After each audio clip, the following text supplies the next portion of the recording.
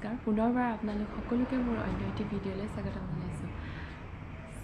ৰাতিপুৱা চাহ খাই মেলি বাঢ়ি বন কৰি আজৰি হৈ এতিয়াহে মোবাইলটো চুবলৈ অকণমান সময় পাইছোঁ। ৰাতিপুৱা অকণ সময় ইমানেই ব্যস্ত নহয়, আলহী এযোৰা আহিলেও মাতিবলৈকে সময় নহয় ওলাই গৈ বাহিৰলৈ। আপোনালোকৰো চাগে তেনেই হয়, বিশেষকৈ মহিলাসকলৰ। তাতে আকৌ স্কুল যোৱা থাকিলে আৰু বেছি হয় চাগে ন?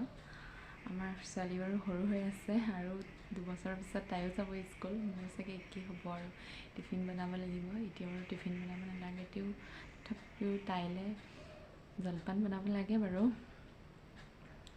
আজি চাহ তাহ খাই মেলি মিষ্টাৰ আৰু দেউতা দোকানলৈ গ'ল। এতিয়া মই বনাম দুপৰীয়াৰ কাৰণে ভাত খাবহি। আজি দুপৰীয়া মই নাফু বনাম বুলি ভাবিছোঁ। মানুহজন পথাৰলৈ গৈছিলে ধান পকিছেনে নাই চাবলৈ। ওচৰতে মানুহ ঘৰতে নাফু খেতি কৰে। আৰু এটা কথা, নাফু খেতি কৰিবলৈ এইবাৰ গুটিও আনিছে। আপোনালোকক নাফু খেতিনো কেনেকৈ কৰে আপোনালোকক সেয়াও দেখাম বুলি ভাবিছোঁ। ভিডিঅ'টো চাই যাব ব'লক তেনেহ'লে নাফু বনাওঁগৈ।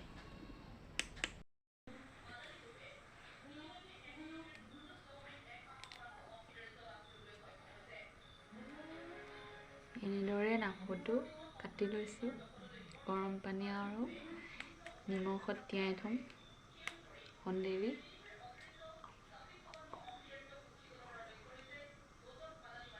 এটা পিঁয়াজ, 2টা বিলাহী, এটা আলু, এয়া আছিলে গৰম মছলা, ধনিয়া, জিৰা, ৰেড চিলি কৰি লৈছোঁ।